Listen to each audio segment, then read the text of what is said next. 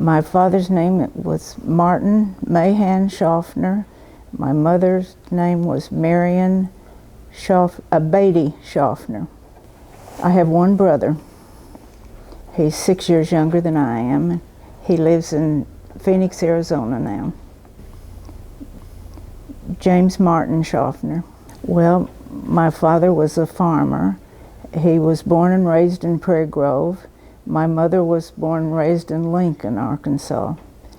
And he raised cattle, and then in later years had a dairy barn. Where did y'all live? 2.5 miles, I guess, west of Prairie Grove on, I forgot, Ditmars Road. Well, it was a lot of fun. My cousin, who's the same age I am, lived in Prairie Grove, Mary Elizabeth Fiddler. And we did a lot of playing out there, getting in trouble mostly, I think. And really, I don't remember too much more about it.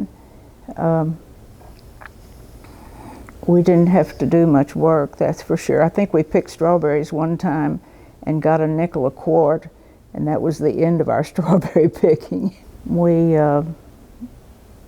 swiped eggs at my mother's hen house and made mud pies, which we got into a lot of trouble over, and went swimming, horseback riding, things like that. We didn't have electricity for quite some time. I can't remember the year, but I guess I must have been probably 8 or 9, and it was just wonderful that we didn't have to use a lamp to study by.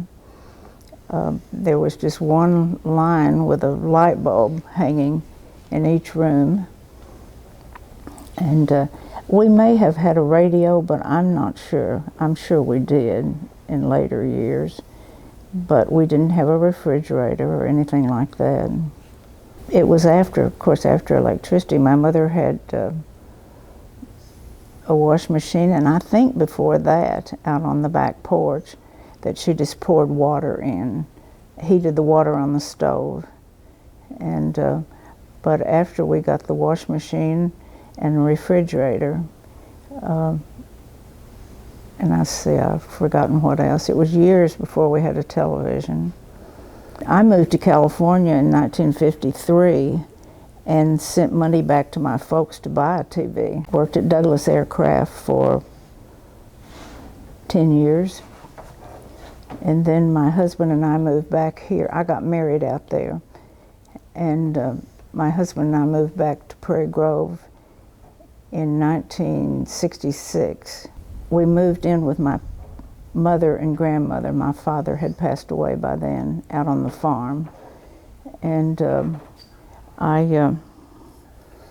my husband went to work in Fayetteville. And where did he work? Grove. Where did he work? He worked for a Washington County judge. And I guess we bought a house in Prairie Grove after that, and that's where I've lived, in the same house ever since. Lots of things had changed in Prairie Grove. My friends mostly had moved away, but it was still, you know, Prairie Grove. My grandfather lived back when I was small, down on Mock Street, and my aunt, she worked as a lab technician at the Elizabeth Hospital in Prairie Grove. And then my other aunt, her husband, Roy Fiddler, owned all the buildings, the Fiddler buildings down in Prairie Grove.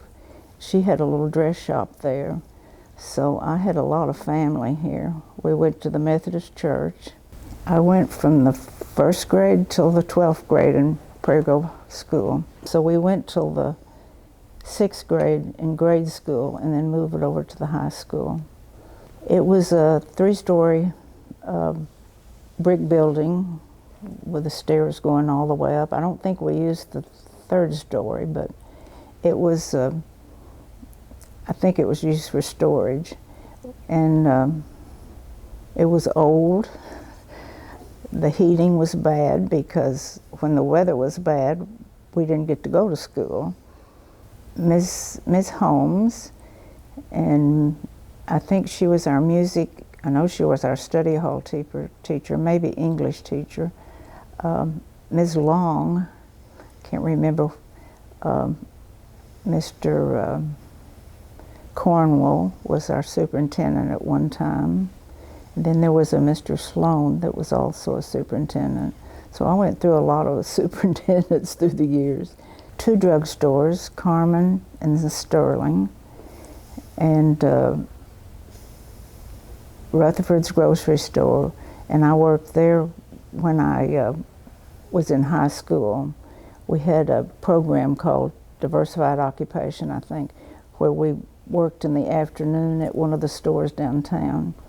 I think it was my junior or senior year, maybe both years, that I worked down there. There were several cafes. Carney's Cafe had been there ever since I remember. Otasco, which my uncle Roy Fiddler owned. And then in later years, Howard Fiddler bought it. Crescent Department Store, Harlan's Variety Store, Vincent's Cafe, the theater back when we were teenagers and growing up, and Southern Mercantile. I remember the Battlefield Park, yes. There was only one building there at the time as we were kids growing up.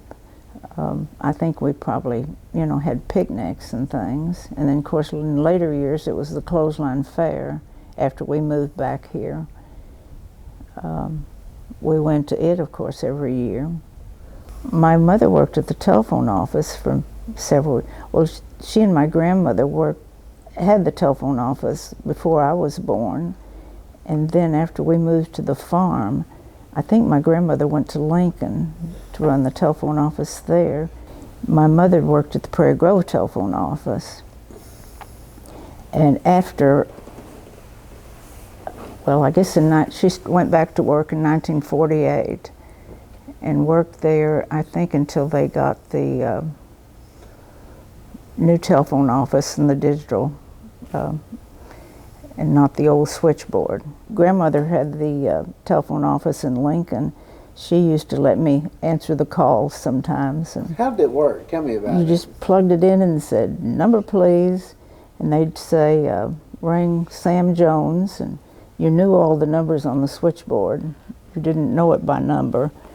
And you'd plug it in and twist the thing and ring, and they'd call in and tell them where, who they wanted to call. And then my mother or grandmother would have to call, I guess, Fayetteville, and place the call, and then call them back. And they answered. Well, we lived on a 26F4, a 4-party line when I was a kid out on the farm. And you just pick up and call the operator if somebody else wasn't talking. But if somebody else was talking on the party line, you had to wait till they got through. Sometimes that could be a long time. And then you'd call, they'd be talking to somebody. Did you listen in? Mm-hmm, yeah. In fact, people would call in, and somebody wanted the line, they'd say, "Would you please hang up? I want to use the telephone line." So it was, but it was, most people were, nice about it. And they were all neighbors, so, everybody knew everybody. Of course, I didn't talk on it too much. It was usually my mother and all her friends that talked on it. But I didn't use it too much growing up. We'd come to town every Saturday, and they'd have the Trades Day drawing, and then from each store would give away something. I don't remember my mother ever winning anything, but we usually went to the Trades Day. Well, they started a municipal court which was a city and county court. And I think it was in 1976. Bobby Moore is the one that was the first one that worked there. And then I started in 77, and I worked there until 1994 when I retired. I was the court clerk. We processed all the misdemeanor tickets, speeding tickets, DWIs and public and talks, and then we had a civil court too. And Bob Whitlock was the judge when I first started, and he passed away, and then Robert Gladwin was the judge then. Boyce Davis, your dad, was the city attorney, and we had several county prosecuting attorneys, so I'm not sure, can't remember their names. Oh, sometimes people would get a little irate and they'd be sent to jail, and but usually it was pretty calm and not too bad. And of course, John Everett was the attorney across the street, he and Bob Whitlock. I knew all the merchants in Prairie Grove that, that had the grocery stores and the drug stores, and seems like everybody, police department, all the policemen, of course. Lee Terry was chief of police, and then he left before I did. Robin Casey was police chief after that, and then Carl Dorman, I believe.